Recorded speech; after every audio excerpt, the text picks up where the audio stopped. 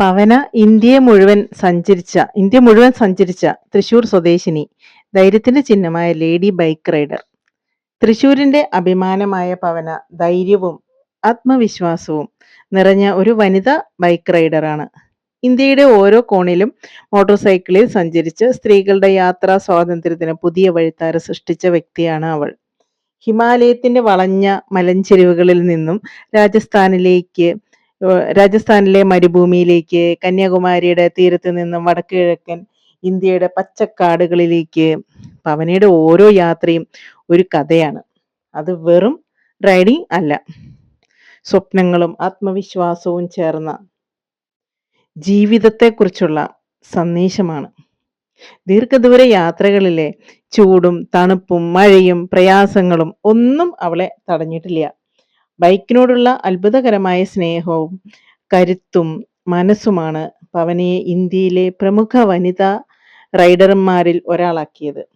പവനയുടെ ഏറ്റവും വലിയ പ്രത്യേകത സ്ത്രീകൾക്കും സ്വൈര്യമായി സഞ്ചരിക്കാം, ലോകം കാണാം, തങ്ങൾ ഇഷ്ടപ്പെടുന്ന വിധം ജീവിതം നയിക്കാം എന്ന സന്ദേശമാണ് അവൾ ഓരോ സ്ത്രീയോടും പറയുന്നത്. ധൈര്യത്തോടെ മുന്നോട്ട് ചെന്ന സ്വപ്നങ്ങളിലൂടെ സഞ്ചരിക്കൂ എന്നതാണ്. നമസ്കാരം, ഷീബാസ് വേൾഡിലേക്ക് ഏവർക്കും സ്വാഗതം. ഇന്ന് നമ്മളുടെ കൂടെ ഇരിക്കുന്നത് പവന അല്ലേ. പവനയെ കുറിച്ചിട്ട് പറയാനാണെങ്കിൽ ഒരു ബൈക്ക് റൈഡറാണ്. ഓൾ ഇന്ത്യ ബൈക്ക് റൈഡ് ചെയ്ത് നമ്മളെയൊക്കെ ഞെട്ടിച്ച ഒരാളാണ് ഇവിടെ ഇരിക്കുന്നത്. അപ്പോൾ നമുക്ക് കൂടുതൽ കാര്യങ്ങൾ എന്ന് വെച്ചാൽ ആളോട് തന്നെ ചോദിക്കാം, എങ്ങനെയായിരുന്നു യാത്ര. ഈ ഒരു യാത്രയിൽ പവന നേരിട്ട എന്തെങ്കിലും എന്താ പറയുക മനോഹരവും എന്ന് വെച്ചാൽ നമുക്ക് ഏറ്റവും ഇഷ്ടപ്പെട്ടതും അതുപോലെ നമുക്ക് എന്തെങ്കിലും പൊട്ടയായ അനുഭവങ്ങളും ഏതെങ്കിലും ഒരു കാര്യം ഒന്ന് പറഞ്ഞു തരാമോ നമുക്ക്? ഏറ്റവും ബുദ്ധിമുട്ടേറിയ കാര്യം എന്ന് പറയുന്നത് ട്രാവൽ ചെയ്യുമ്പോൾ ഓഫ് റോഡിങ് സെക്ഷൻസ് ഒക്കെ വരില്ലേ, അത് ഞാൻ അറിഞ്ഞുകൊണ്ട് ഞാൻ ഓഫ് റോഡിലേക്ക് പോയതല്ല. ആക്ച്വലി ഞാൻ മാക്സിമം NH മാത്രമാണ് ചൂസ് ചെയ്തത് ട്രാവൽ ചെയ്യാനായിട്ട് എളുപ്പത്തിന് വേണ്ടിയിട്ട്. പക്ഷെ അറിയാതെ ഒരു ടൈമിൽ ഓഫ് റോഡ് കയറി പോയായിരുന്നു. അത് ഒരു ചെറിയൊരു കാട്ടിക്കൂടിയൊക്കെ പോയായിരുന്ന സമയത്ത് ഇച്ചിരി ബുദ്ധിമുട്ട് നേരിടേണ്ടി വന്നു. കാരണം ഹിമാലയൻ ബൈക്ക് ആയതുകൊണ്ട് തന്നെ അത്യാവശ്യം നല്ല വെയിറ്റ് ഉണ്ട്. പോലെ തന്നെ ലഗേജും കൂടി ആകുമ്പോൾ ഇത് മറിഞ്ഞു കഴിഞ്ഞാൽ നമുക്ക് എളുപ്പമല്ല അവിടെ ഹാൻഡിൽ ചെയ്യാൻ. തന്നെയുള്ളത് കാട് പോലത്തെ ഒരു ഏരിയ ആണ്, ആരും അവിടെ ഇല്ല. ഒരു ആരെങ്കിലൊക്കെ ഉണ്ടെന്നുണ്ടെങ്കിൽ നമുക്കൊരു ഹെൽപ്പൊക്കെ ചോദിക്കാമല്ലോ. അപ്പൊ അങ്ങനത്തെ ഒരു സിറ്റുവേഷനിൽ ഒരു ബുദ്ധിമുട്ട് വന്നു. പിന്നെ അതുപോലെ ഇപ്പം NH പണികൾ ഒരുപാട് നടക്കുവാണല്ലോ. അപ്പൊ ഈ പണികൾ നടക്കുന്നതുകൊണ്ട് തന്നെ കുറേയൊക്കെ ഈ എന്താ പറയാ കുണ്ടും കൂടി അങ്ങനെ റോഡ് ഭയങ്കര മോശമായി കിടന്ന ചില ഏരിയാസുകളിൽ, അതും ഈ കയറ്റൊക്കെ വരുന്ന ഏരിയാസുകളുണ്ടല്ലോ, ഇവിടെയൊക്കെ വരുമ്പോൾ വണ്ടികളൊക്കെ ഇങ്ങനെ മുട്ടി അത്രയും ട്രാഫിക്കിൽ പോകുമ്പോൾ നമുക്കിത് ഹാൻഡിൽ ചെയ്യാനായിട്ട് എനിക്കൊരു ശരി. കാരണം എൻ്റെ കാല് കറക്റ്റ് എത്തത്തുള്ളൂ, എൻ്റെ ബൈക്കിൽ ഹൈറ്റ് ഉള്ള വണ്ടികൾ കറക്റ്റ് എത്തത്തുള്ളൂ. അപ്പൊ ഇത്തിരി അങ്ങോട്ടും ഇങ്ങോട്ടും പോയി വണ്ടി പോകും. അപ്പൊ അങ്ങനെ ആ ടൈമിലൊക്കെ കുറച്ചിങ്ങനെ ടെൻഷൻ അടിച്ചെന്ന് വേർത്തായിരുന്നു. അങ്ങനെ വേറെ ബുദ്ധിമുട്ടുകൾ എനിക്ക് അങ്ങനെ ഓൺ റോഡ് ഈസിയാണ്, നല്ല റോഡാണെന്നുണ്ടെങ്കിൽ ഈസിയാണ്. ഇപ്പൊ വഴിപ്പണികളൊക്കെ നടക്കുന്നുണ്ടല്ലോ, ഭാവിയിൽ നല്ല റോഡൊക്കെ ആകുമ്പോ വരുന്ന യാത്രക്കാരൊക്കെ നല്ല രസമാണ്. എങ്ങനെയാണ് ഈ നമ്മള് സിംഗിൾ ആയിട്ട് നമുക്ക് ഓൾ ഇന്ത്യ എക്സ്പെഡിഷൻ പോവാനായിട്ടുള്ള തോട്ട് പ്രോസസ് വരും? ആക്ച്വലി ഞാൻ ചെറുപ്പം തൊട്ട് എനിക്ക് തോന്നുന്നത് ഞാൻ ഇൻഡിപെൻഡന്റ് ആയിട്ട് എനിക്ക് നടക്കാനാണ് താല്പര്യം. കൂട്ടുകാർ ഒരുപാട് പേരുണ്ടെങ്കിലും നമ്മൾ ഒറ്റയ്ക്ക് ട്രാവൽ ചെയ്യുമ്പോഴോ അല്ലെങ്കിൽ ഒറ്റയ്ക്ക് ഒരു സിനിമയ്ക്ക് പോകുമ്പോഴൊക്കെ കിട്ടുന്ന ഒരു എക്സ്പീരിയൻസിൽ നോ ഡിസ്റ്റർബൻസസ് ആണ്. ഫുള്ള് നമുക്ക് നമ്മൾ മാത്രം ഫോക്കസ് ചെയ്താൽ മതി അല്ലേ. നമുക്ക് ആരൊക്കെ എപ്പോഴും നമ്മുടെ കൂടെ ആരെങ്കിലും ഉണ്ടെന്നുണ്ടെങ്കിൽ അവരെപ്പോഴും നീക്കണം, അവരുടെ കാര്യം അവരുടെ കംഫർട്ടും കൂടി നമ്മൾ നോക്കണം. ഇതിപ്പോ അതില്ല, നമ്മുടെ മാത്രം കംഫർട്ട് നോക്കിയിട്ട് നമുക്ക് ട്രാവൽ ചെയ്യാൻ പറ്റും. വീട്ടിൽ നിന്ന് ഇങ്ങനെ ഒരു ഒറ്റയ്ക്ക് പോവാന്ന് പറയുമ്പോ സപ്പോർട്ട് ചെയ്യാണ്ടായ അതോ നെഗറ്റീവ് ആയിട്ട് പറയാണ്ടായ? ഇല്ല, അത് നെഗറ്റീവ് ഉണ്ടായിരുന്നില്ല. കാരണം ഞാൻ പോകുന്ന അറിയായിരുന്നു. കുഞ്ഞിലേ തൊട്ട് പറയുന്നതാണെങ്കിൽ ഓൾ ഇന്ത്യ പോണം എന്നുള്ളത് കുഞ്ഞിലേ തൊട്ട് പറയുന്നതുകൊണ്ട് അവർക്ക് അങ്ങനെ ഒരു എതിർപ്പ് ഉണ്ടായിരുന്നില്ല. പക്ഷേ എന്താ പറയാ, ഒരു പേടി ഉണ്ടാവുമല്ലോ വീട്ടുകാര്. സാധാരണ മലയാളി ടിപ്പിക്കൽ ഫാമിലി ആകുമ്പോ ഓഫ്കോഴ്സ് പേടി ഉണ്ടാവും. ഒരമ്മ എന്ന നിലയ്ക്കൊക്കെ എന്തായാലും പേടി ഉണ്ടാവും. പക്ഷെ അങ്ങനെ ഒരു നോ പറഞ്ഞിട്ട് കാര്യമില്ല, ഞാൻ പോകുന്ന അറിയാൻ മുന്നേ കുറെ ട്രാവലിംഗ് ചെയ്തിട്ടുണ്ട്. ഇതിനു മുന്നേ ഒരു 2 വർഷം മുൻപ് ഞാനൊരു സോളോ പോയിട്ടുണ്ട്, നമ്മുടെ ഈ സൗത്ത് മാത്രം ഒന്ന് ഞാൻ പോയായിരുന്നു. അപ്പൊ അങ്ങനെ വന്നപ്പോഴും അതൊരു ഒരാഴ്ചത്തെ ട്രിപ്പായിരുന്നു. അപ്പോഴും അങ്ങനെ എന്താ പറയാ, അന്നേരൊക്കെ നല്ലോണം പോവണ്ടെന്നൊക്കെ പറഞ്ഞെങ്കിലും ഞാൻ ഇറങ്ങി പോയി. പിന്നെ അതൊക്കെ ഞാൻ തിരികെ വന്നപ്പോ ഹാപ്പി ആയിരുന്നു. അടുത്തൊരു ചോദ്യം മാഡം ചോദിച്ചു കട്ടിയാ നമുക്ക്. അടുത്തൊരു ചോദ്യം മാഡം ചോദിക്കാൻ കഴിഞ്ഞാൽ യാത്രയില് താമസം എങ്ങനെയാണ് മാനേജ് ചെയ്തത്?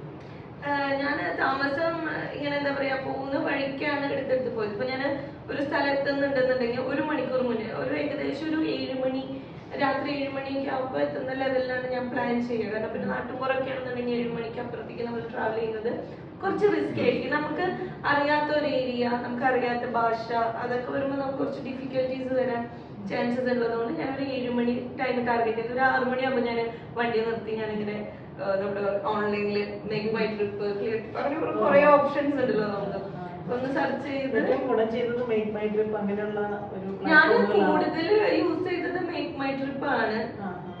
പിന്നെ അങ്ങനെയില്ല, ഒരുവിധ ഇഷ്ടംപോലെ പ്ലാറ്റ്ഫോംസ് ഇപ്പൊ അവൈലബിൾ ആണല്ലോ. അങ്ങനെ എന്തൊക്കെയോ ഇഷ്ടംപോലെ ആപ്പുകളുണ്ട്. ഞാൻ കൂടുതൽ ചൂസ് ചെയ്തത് മേക്ക് മൈ ട്രിപ്പ് ആണെന്നേ ഉള്ളൂ. പക്ഷെ അങ്ങനെ ഞാൻ അത് പ്രിഫർ ചെയ്യൊന്നുമില്ല ആരോടും. അതേപോലെ തന്നെയല്ലോ ഇവര് എത്ര ഭാഷ അറിയാം? എനിക്കങ്ങനെ അധികം ഭാഷകളൊന്നും അറിയില്ല. മലയാളം അറിയാം, തമിഴ് അറിയാം, ഇംഗ്ലീഷ് അറിയാം, ഹിന്ദി കുറച്ച്. അത് ഹിന്ദി കുറച്ചത് വരെ ഞാൻ പോയപ്പോഴാണ് പഠിച്ചത്, ട്രിപ്പിലെ പഠിച്ചത്. കേരളത്തിന് പുറത്ത് ജോലി ചെയ്ത് പരിചയമുള്ള ലേഡിക്കൊക്കെ ഇതേമാതിരി എനിക്ക് ഹിന്ദി അധികം അറിയില്ലാത്തോണ്ട് ഞാൻ കൂടുതൽ ഇംഗ്ലീഷാണ് യൂസ് ചെയ്തത്. പക്ഷെ എന്താ പറയുക, ഗ്രാമപ്രദേശങ്ങളിൽ പോകുമ്പോൾ അവർക്ക് ഇംഗ്ലീഷ് അറിയുന്നില്ല, ഹിന്ദി മാത്രമേ അറിയുള്ളൂ. അപ്പൊ നമുക്ക് അത്യാവശ്യം വേണ്ടുന്ന കാനക്കിലേക്ക് അങ്ങനെ കുറച്ച് അതായത് നമുക്ക് അത്യാവശ്യമാണല്ലോ ഫുഡ്. അപ്പൊ അങ്ങനത്തെ കുറച്ച് കാര്യങ്ങൾ മാത്രം നോക്കിയിട്ടുള്ളൂ. പിന്നെ ഈവൻ ഹോട്ടൽസ് വരെ ബുക്ക് ചെയ്യുമ്പോൾ നമ്മൾ അവിടെ ഇംഗ്ലീഷിൽ സംസാരിച്ച് യാതൊരു കാര്യമില്ല.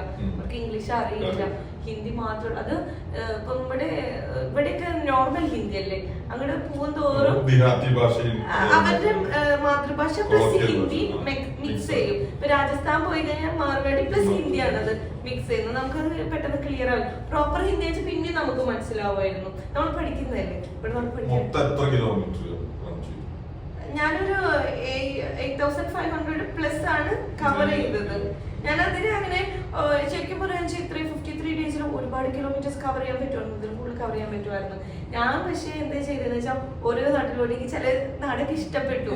ഞാൻ അവിടെ 2 ദിവസം അവിടെ എൻജോയ് ചെയ്ത് പിന്നെ പയ്യാണ് അടുത്ത സ്ഥലത്തേക്ക് പോകുന്നത്. നമ്മൾ വെറുതെ റൈഡ് ചെയ്ത് പോയിട്ട് കാര്യം ബൈക്ക് ഓടിക്കാൻ വേണ്ടി മാത്രമാണെന്നുണ്ടെങ്കിൽ ചുമ്മാ റൈഡ് ചെയ്ത് ഇങ്ങനെ വരാം. അപ്പൊ ഇതിൽ കൂടുതൽ കവർ ചെയ്യാം. എന്റെ മൈൻഡിൽ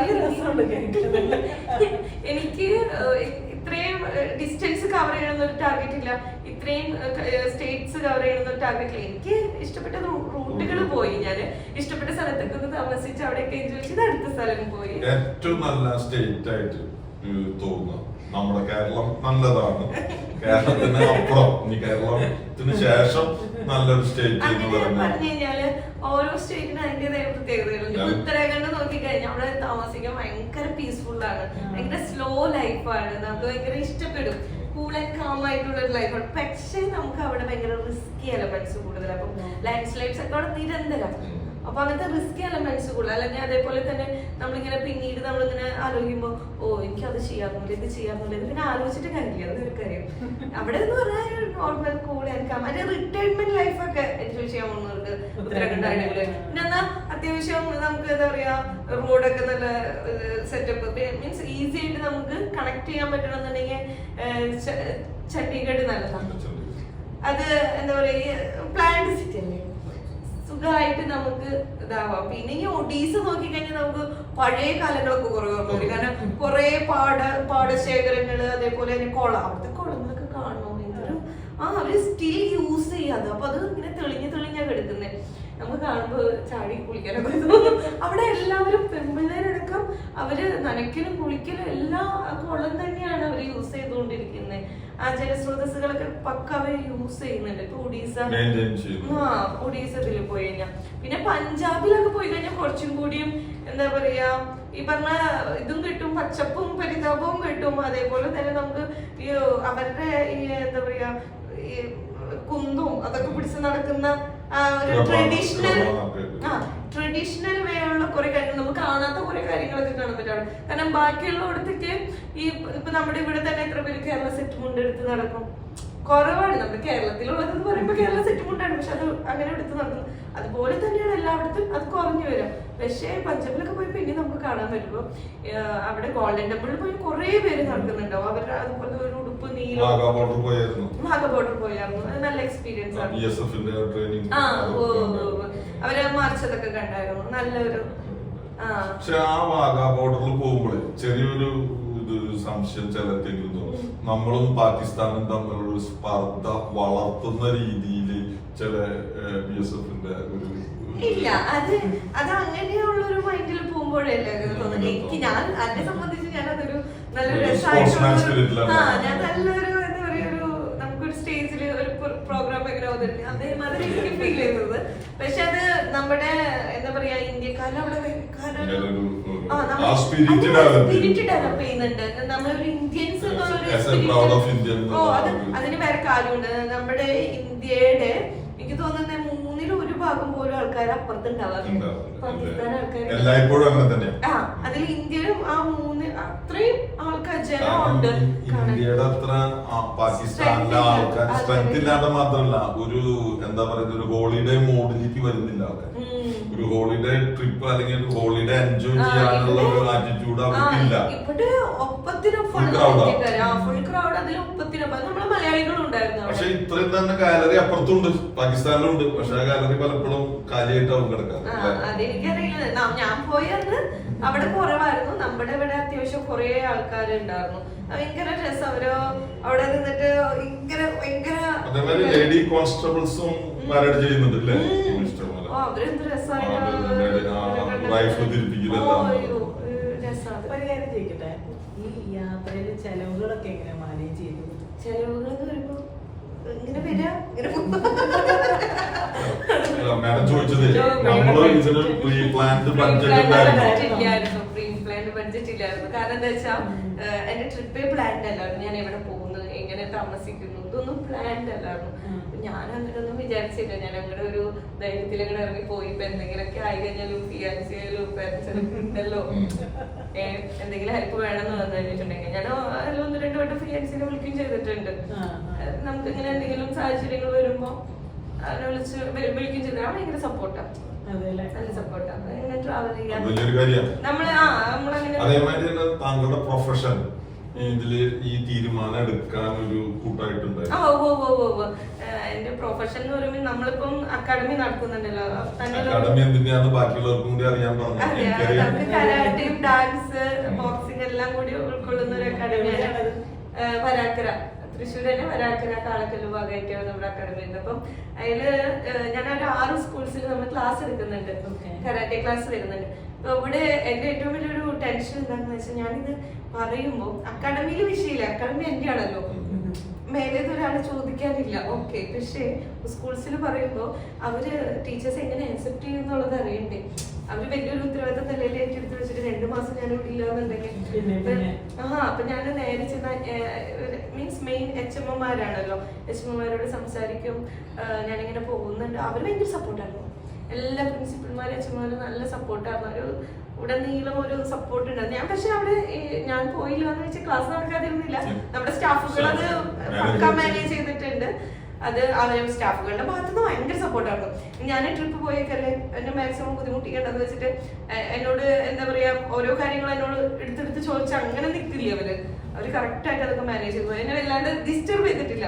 ട്രാവൽ ചെയ്ത് പോയോ അത് കഴിഞ്ഞിട്ട് മതി, അതുപോലെ എൻജോയ് ചെയ്ത് പറഞ്ഞിട്ട്. ഇപ്പൊ നമ്മുടെ കേരളത്തിൽ തന്നെ ഇതേമാതിരി യാത്ര പോവാൻ ഇപ്പൊ നമ്മൾക്ക് ആൾക്കാർക്ക് വളരെ ബുദ്ധിമുട്ടാണ്. യാത്രകൾ എന്ന് പറഞ്ഞാൽ തന്നെ നമ്മുടെ മലയാളികൾ യാത്ര പോകുന്നു ഓണം വെക്കേഷനും മാറ്റം വന്നു തുടങ്ങി. ഇപ്പൊ യൂത്തിനെയൊക്കെ സംബന്ധിച്ച് നോക്കാന്ന് വെച്ചാൽ കുട്ടികൾ ഒരുപാട് പോകുന്നുണ്ട്. എനിക്കറിയുന്ന സർക്കിൾസിലാണ് ഒരുപാട് പേര് ട്രാവൽ ചെയ്യാൻ തുടങ്ങി. അതിൽ പിന്നെയും ട്രാവലിംഗ് ഒരു ബുദ്ധിമുട്ട് വരുന്ന ഒരു സിറ്റുവേഷൻ എന്താണെന്ന് പറയാം. ഇപ്പൊ ഞങ്ങളുടെ ഇപ്പോൾ ഏജിലുള്ള ആൾക്കാരുടെ ഈ ലീവാണ് പ്രശ്നം. എല്ലാവരും ജോലിക്ക് കയറി തുടങ്ങി, ലീവ് കിട്ടുന്നില്ല. അതാണ് മെയിൻ പ്രശ്നം. ഇൻ ഫ്യൂച്ചറിൽ ട്രാവൽ ലീവ് എന്നുള്ളൊരു കാഷ്വൽ ലീവ് അവർക്ക് ഓൾറെഡി ഇവരുടെ ഓരോ കമ്പനീസിലും നോക്കി കഴിഞ്ഞിട്ടുണ്ടെങ്കിൽ അവർക്ക് അവർ ടീമായിട്ട് ട്രിപ്പ് കൊണ്ടുപോകുന്നുണ്ട്. ഇപ്പൊ എത്ര കമ്പനീസ് ആണ് ഇപ്പൊ നമ്മളോട് തന്നെ പല കമ്പനീസും ഞങ്ങളുടെ ടീമിന് ഇങ്ങനെ പോകാൻ താല്പര്യമുണ്ട് പറഞ്ഞ സജസ്റ്റ് ചെയ്യും. അപ്പൊ ഞാൻ സ്ഥലങ്ങളും അവർക്ക് വിടുന്ന കാര്യങ്ങളൊക്കെ സജസ്റ്റ് ചെയ്ത് കൊടുക്കും. അപ്പൊ അവരെ ടീമായിട്ടാ പോകുന്നത്, അങ്ങനെ പോകുന്നുണ്ട്. ഇൻ ഫ്യൂച്ചറിൽ ഇതേമാതിരി ഓരോ ഗ്രൂപ്പുകൾ സോളോ ആയിട്ടോ അല്ലെങ്കിൽ അതേമാതിരി പാക്കേജ് സ്ത്രീകളെ മാത്രമായിട്ട് കൊണ്ടുപോകാൻ തയ്യാറുണ്ടോ? താല്പര്യമുണ്ടോ? അങ്ങനത്തെ പല എൻക്വയറീസും വരാറുണ്ട്. നമ്മള് ചെയ്തിട്ടുണ്ട്. ഇപ്പൊ 1-2 ട്രിപ്പൊക്കെ ഇങ്ങനെ ലേഡീസിന്റെ മാത്രമൊക്കെ ആയിട്ട് കണ്ടക്ട് ഒക്കെ ചെയ്തിട്ടുണ്ട്. ഇനി വരും ഇതില് അടുത്ത ഇയർ ഒക്കെ സ്റ്റാർട്ട് ചെയ്ത് ഇപ്പൊ ഞാനിപ്പോ ഇച്ചിരി എന്റെ കല്യാണമൊക്കെ ആയിട്ട് ബന്ധപ്പെട്ട് December 21 കല്യാണമാണ്. അപ്പൊ അതിന്റേതായ കുറച്ച് തിരക്കിലാണ്. അതായത് ഞാനിപ്പോ ഇൻസ്റ്റയിലോ വാട്സപ്പിലോ ഒന്നും അധികം ആക്റ്റീവും അല്ല. അത് കഴിഞ്ഞാ പിന്നെ വീണ്ടും ബാക്ക് ടു. ഈ യാത്രയില് ബൈക്കിന് വന്നിട്ട് എന്തെങ്കിലും മെക്കാനിക്കൽ പ്രശ്നങ്ങളോ അങ്ങനെ മാനേജ് ചെയ്തത്? അത് ആക്ച്വലി നമ്മള് ലൂബ് ചെയ്ത് പോകുന്നുണ്ടായിരുന്നു. ഒരു 500 കിലോമീറ്റർ ആകുമ്പോൾ നമ്മൾ ലൂബ് ചെയ്ത് പോകുന്നുണ്ടായിരുന്നു. പിന്നെ ഏറ്റവും വലിയൊരു കാര്യം എന്ന് പറഞ്ഞാൽ റോയൽ എൻഫീൽഡിന്റെ ബൈക്ക് ഹിമാലയ ഞാൻ തെരഞ്ഞെടുത്തതിന്റെ കാരണം എന്ന് വെച്ചാൽ സീറ്റിംഗ് കംഫർട്ട്. ഇത്രയും ലോങ് ട്രാവൽ ചെയ്താലും നമുക്ക് അങ്ങനെ എന്നോട് കുറെ പേര് ചോദിച്ചാൽ ബാക്ക് പെയിൻ വന്നില്ല. എനിക്ക് ബാക്ക് പെയിൻ വന്നില്ലായിരുന്നു. ഞാൻ പറയുമ്പോ ചിലപ്പോ തൊണ്ടയായിട്ടൊക്കെ ഹിമാലയ എന്നുള്ള പേര് തന്നെ ഞാൻ നോർത്തിൽ പോയിട്ട് സർവീസ് സെന്ററിലൊക്കെ കേട്ടുന്ന സമയത്ത് അവര് നോക്കിയിട്ട് ഒരു കുഴപ്പമില്ല കൊണ്ടുപോയി ഞങ്ങൾ കഴിഞ്ഞ് ജസ്റ്റ് ഒന്ന് സർവീസ് ചെയ്ത് തരാം പറഞ്ഞിട്ട് അവർ ചെയ്തു തരാം. അപ്പൊ ഞാൻ ഇത്രയും ദൂരത്തുനിന്നാ വരുന്നേ, ഇനി എനിക്ക് ഇത്രയും പോവാണ്, നിങ്ങളെന്ത് എപ്പോഴും ഞാൻ ഏത് സർവീസ് സെന്റർ ഗുജറാത്തിൽ കയറ്റി രാജസ്ഥാനിൽ കയറ്റി എല്ലായിടത്തും കേട്ടപ്പോൾ അവർ പറയുന്നത് ഓക്കെയാണ്. കംപ്ലൈന്റ് ഞാനെനിക്ക് സംശയത്തിൽ ഞാൻ അങ്ങോട്ട് ചോദിക്കേ. കാരണം എനിക്ക് എന്തെങ്കിലും ബുദ്ധിമുട്ട് വന്നാൽ ഞാൻ തന്നെ വഴിയിൽ പെടില്ലേ. ചോദിച്ചപ്പോൾ you have A super bike എന്നൊക്കെ പറഞ്ഞിട്ട് അവരെന്നെ ഇങ്ങോട്ട് പറയുന്നുണ്ട്. പിന്നീന്ന് പറയുന്നത് നോർത്തിൽ പോയി കഴിഞ്ഞാൽ ഇതിന്റെ സർവീസ് ഒക്കെ ഭയങ്കര ചീപ്പാണ്. ഇവിടെ നമ്മൾ നമ്മുടെ വണ്ടി ജസ്റ്റ് സർവീസിനെ കയറ്റി കൊണ്ടുവരുന്നത് പറഞ്ഞാൽ 1000+ എന്തായാലും പൊട്ടും. ജസ്റ്റ് ഒരു സർവീസ് ജനറൽ ചെക്കപ്പും കാര്യങ്ങളും. അവിടെ chain cleaning, general checkup, washing ഇതെല്ലാം കഴിഞ്ഞിട്ട് എനിക്ക് 210 രൂപയായി. ഞാനിങ്ങനെ ബില്ലൊക്കെ വരുന്നെങ്കിലും പ്രതീക്ഷ ബില്ല് വന്നപ്പോ എനിക്ക് തെറ്റിയതാണോ ഞാൻ ഒരു ചോദ്യം ചെയ്തു. അതിൽ വേറൊരു കാര്യം കൂടി ഉണ്ട്. റോയൽ ഫീൽഡിന്റെ സർവീസ് സെന്റർ ഞാൻ എവിടെ നിന്നിട്ട് സെർച്ച് ചെയ്യുമ്പോഴേക്കും കിട്ടുന്നുണ്ട്. എല്ലാ ബൈക്കിനും ചിലപ്പോ അങ്ങനെ കിട്ടിയെന്ന് വെക്കില്ല.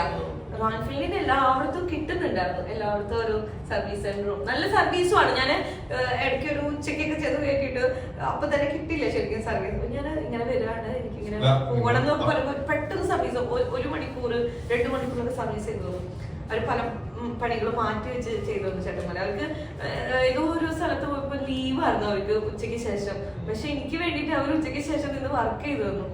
അങ്ങനെ കുറെ അങ്ങനെ ഒരു ഹെൽപ്പിംഗ് മെന്റാലിറ്റി എല്ലായിടത്തും. എനിക്ക് ഒരു മോശം അനുഭവം. കൂടുതലും എല്ലാവരും എന്നെ ഹെൽപ്പ് ചെയ്യുക ചെയ്തത്. ഭയങ്കര സപ്പോർട്ട് ഉണ്ട്. ഒറ്റയ്ക്ക് യാത്ര ചെയ്യാൻ ധൈര്യമില്ലാത്ത കുറെ ആൾക്കാരുണ്ടോ കേരളത്തിൽ?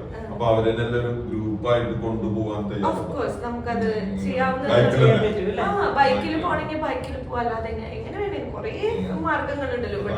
ശരിക്കും റിയൽ ഇൻസ്പിറേഷനാണ്. പോയി വന്നതിന് ശേഷം ആ രീതിയിൽ അങ്ങനെ ആൾക്കാര് അപ്രോച്ച് ചെയ്യാറുണ്ടോ? ഞാൻ പോയി വരുമ്പോ തന്നെ എന്നോട് വരുന്നതിന് മുന്നേ ഞാൻ പോകുന്നത് അറിഞ്ഞപ്പോ തന്നെ കുറെ പേര് കറക്റ്റ് കാര്യങ്ങൾ നോട്ട് ചെയ്ത് പറഞ്ഞു ഞങ്ങൾക്ക് പോകാനുള്ളത്. പക്ഷെ അതിന് ഞാൻ പോയി വന്നതിന് ശേഷം കുറച്ച് പേരൊക്കെ പോയി. എനിക്കറിയാവുന്നവരും എന്നെ കുറച്ച് പേരൊക്കെ ഓൾ ഇന്ത്യ പോയി വന്നു.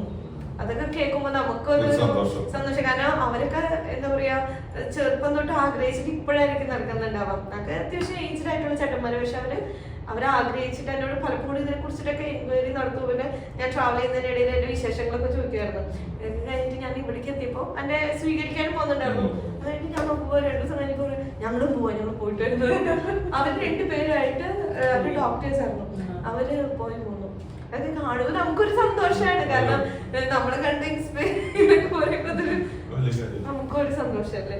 ഈ യാത്ര കഴിഞ്ഞ് വന്നിട്ട് നമ്മുടെ ജീവിതത്തിൽ ഉണ്ടായ ഒരു മാറ്റം അങ്ങനെ എന്തെങ്കിലും പറയാനുണ്ടോ? അങ്ങനെ ഒരു മാറ്റം എനിക്ക് തോന്നിയൊരു കാര്യമുണ്ട്. എത്ര വലിയൊരു നമ്മള് പ്രതിസന്ധി ഘട്ടങ്ങൾ എന്നൊക്കെ പറഞ്ഞാലോ അതിനൊക്കെ ഒരു ലിമിറ്റ് ഉണ്ട്.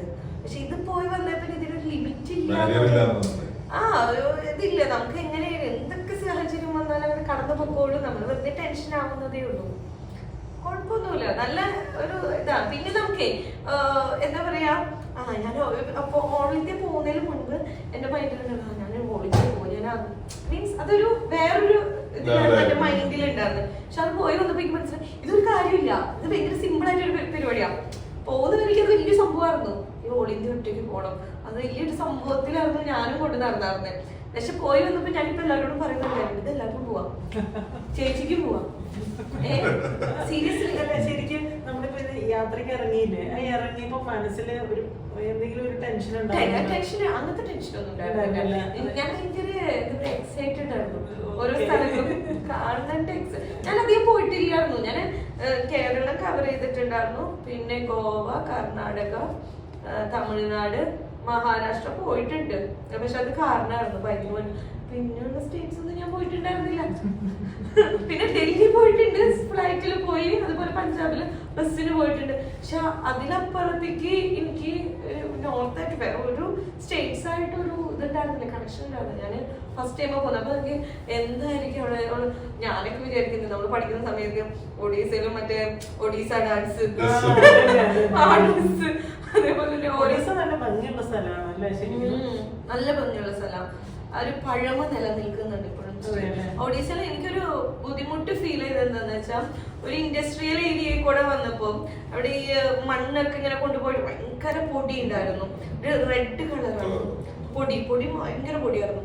ആ ഒരു പൊടി ശ്വസിച്ചിട്ട് തോന്നുന്നുണ്ട് പിറ്റേ ദിവസം ഈ കോൾഡ് വന്നു.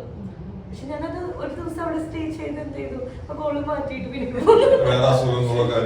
ഇല്ല അതിന് ഒരു കാരണമുണ്ട്. അസുഖങ്ങൾ അത് എനിക്ക് എല്ലാവരോടും യാത്ര ചെയ്യാൻ പോകുന്നവരോടും പറയാനുള്ള ഒരു കാര്യം എന്താ വെച്ചാൽ നമ്മൾ ഏത് നാട്ടിൽ പോയാലും ആ നാട്ടിലത്തെ ഫുഡ് നല്ലോണം നമ്മൾ കഴിച്ചേക്കണം. ഫുഡ് സാധാരണ നമ്മുടെ കേരളത്തിലുള്ള ആൾക്കാർക്ക് പ്രത്യേകിച്ചും വേറൊരു സ്ഥലത്തേക്ക് പോയി കഴിഞ്ഞാൽ അവിടുത്തെ ഫുഡ് ഇഷ്ടപ്പെടില്ല, അപ്പൊ അവർ ഫുഡ് കഴിക്കില്ല. ഈ ഫുഡ് കഴിക്കാണ്ടാകുമ്പോൾ നമ്മുടെ ഇമ്മ്യൂണിറ്റി ഓട്ടോമാറ്റിക്കലി കുറയും. ഏത് കുറയുമ്പോൾ നമുക്ക് ഓട്ടോമാറ്റിക്കലി അസുഖങ്ങൾ വരല് കൂടും.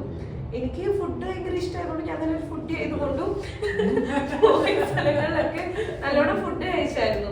ഈ ഫുഡ് കഴിച്ചതുകൊണ്ട് തന്നെ എനിക്കങ്ങനെ പ്രത്യേകിച്ച് വേറെ ഒരു അസുഖങ്ങളും ഈ പറയുന്ന ട്രാവലിൽ ഉണ്ടായിരുന്നില്ല. ഞാൻ ഭയങ്കര ഓക്കെ ആയിരുന്നു. ഞാൻ സാധാരണ എല്ലാവരും ഒരു ട്രിപ്പൊക്കെ കഴിഞ്ഞപ്പോ ക്ഷീണിച്ചിട്ടാണ് വരിക. ഞാൻ 5 കിലോ കൂടിയിട്ടാ വന്നത്, ഫുഡ് കഴിക്കൽ കൂടിയിട്ട് 5 കിലോ കൂടിയിട്ടേ വന്നത്. ഇനിയിപ്പോ കുറയ്ക്കണം, കല്യാണം നമുക്ക് കുറയ്ക്കണം അവസ്ഥ അല്ല. എല്ലാവരും കേട്ടപ്പോ എനിക്കൊരു യാത്ര പോകാനൊക്കെ തോന്നുന്നുണ്ട്.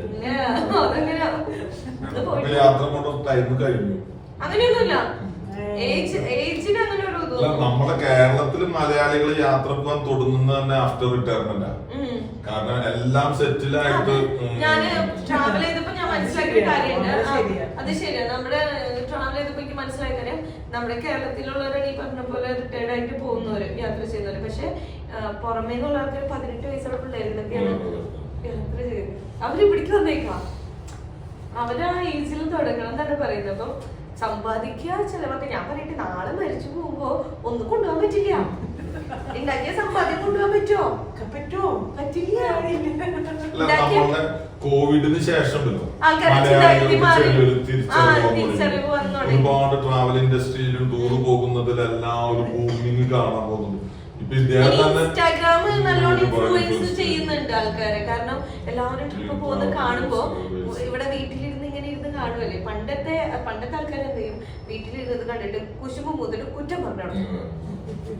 പിന്നെ ഈ ഇതിൽ തന്നെ വരാൻ തുടങ്ങി, ഈ പറയുന്ന ഇൻസ്റ്റാഗ്രാമിൽ തന്നെ വരാൻ തുടങ്ങി പലരും ഇന്റർവ്യൂല്. ഇതുകൊണ്ടാണ് നിങ്ങൾക്ക് കുശുമ്പ് കൊണ്ടാണ് ഇങ്ങനെ പറയാൻ തുടങ്ങിയപ്പോ അവര് റിയലൈസ് ചെയ്തു അതാണ് കാരണം. അപ്പൊ അവരും ഇറങ്ങി തുടങ്ങി.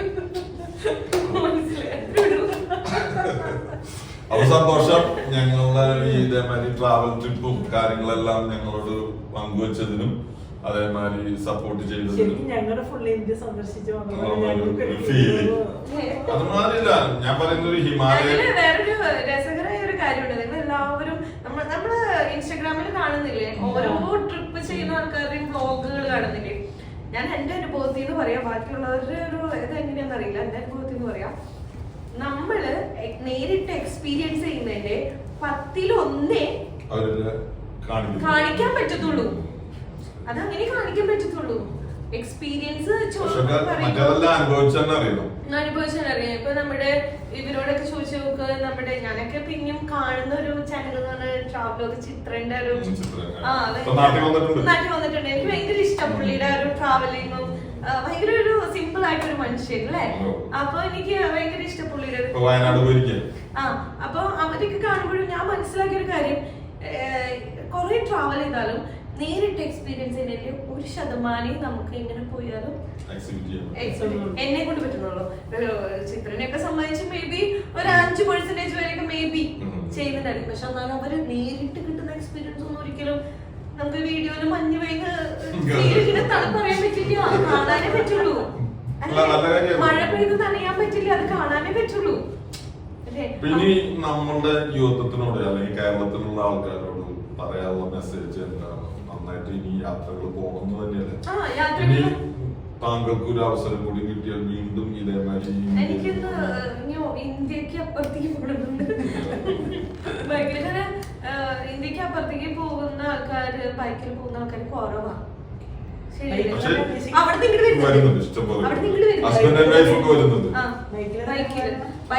എനിക്ക് ബൈക്ക് കൂടുതൽ ഇഷ്ടമാണ്. അത് കുഞ്ഞിലെ തൊട്ടെന്തോ ടൂ വീലറിനോട് ഇച്ചിരി താല്പര്യം. ഇവിടുന്ന് ബൈക്ക് ദുബായ് വരെ ഷിപ്പിൽ പോകും. അതിനുശേഷം പിന്നെ എല്ലാവർക്കും അതിനൊരു ത്രില്ലില്ലല്ലോ. ഇത് പോയിട്ട് പിന്നെ അവിടുന്ന് മൊത്തം ത്രില്ലില്ലല്ലോ. ഇവിടുന്ന് ദുബായ് പോകുന്ന റോഡ് കാണാൻ പറ്റില്ല. ബൈക്ക് റൈഡേഴ്സിനെ സംബന്ധിച്ച് ഞാൻ മനസ്സിലാക്കിയിടത്തോളം കാര്യം, ഞാൻ ഇത്ര നാൾ ബൈക്ക് റൈഡ് ചെയ്ത ഒരു ഇതിൽ നിന്ന് എനിക്ക് മനസ്സിലാക്കാൻ പറ്റിയൊരു കാര്യം, ഒരിക്കലും ഡെസ്റ്റിനേഷൻ മാത്രമല്ല ഈ ബൈക്ക് റൈഡേഴ്സിനെ ഒരു ഇൻഫ്ലുവൻസ് ചെയ്യുന്ന ഒരു ചാപ്റ്റർ, ആ വേ ആണ് പോകുന്ന റൂട്ട്. പക്ഷെ എക്സ്പെഷ്യലി നമ്മളുടെ പാക്കേജ് ടൂറിലെല്ലാം പോകുന്ന ഒരു എക്സ്കർഷൻ ടൈപ്പാ. ആ ഡെസ്റ്റിനേഷനിലും ലിമിറ്റഡ് പോയിന്റ്സ് മാത്രം. ആ ബസ് അത് 35 ആള് 40 ആള് കണ്ടില്ലേ, നടന്ന് കാണുന്ന കണ്ടില്ല. ആ എക്സ്പീരിയൻസ് ഒന്നും കിട്ടുന്നില്ല. ഒരു ലൊക്കേഷൻ പറഞ്ഞ ആ ലൊക്കേഷനിലെത്തി നിർത്തി കഴിഞ്ഞു. അതല്ല, പോകുന്ന വഴിയിൽ എത്ര കാണാനുണ്ട്. ആ പോകുന്ന വഴിയിൽ ഓരോന്ന് എക്സ്പീരിയൻസ് ഭയങ്കര എന്താ പറയാ റിയാലിറ്റി ആണ്. നമ്മള് പോകുന്ന റൂട്ടാണ് ശരിക്കും എൻജോയ് ചെയ്യുക. ഡെസ്റ്റിനേഷൻ എന്തോ ആവട്ടെ, പോകുന്ന റൂട്ട്. ഇപ്പൊ നമ്മുടെ ജസ്റ്റ് ഒരു എക്സാമ്പിൾ പറഞ്ഞാൽ, നമ്മുടെ ഹരിഹർ ഫോർട്ട് ആൾക്കാർ കയറുന്നില്ലേ? ഹരിഹർ ഫോർട്ടിന്റെ ഏറ്റവും ടോപ്പിൽ ഞാൻ പോയി നിന്നിട്ടുണ്ട്. പക്ഷെ ആ ടോപ്പിൽ പോയി നിന്നാലും എനിക്ക് ഏറ്റവും കൂടുതൽ സന്തോഷമായിട്ട് പോകുന്ന വഴികളാണ്. അതെ, ഹരിഹർ ഫോർട്ട് കയറി ആരോട് ചോദിച്ചാൽ അവരും മിക്കതും പറയുന്ന ഒരു ഇത് തന്നെയായിരിക്കാം.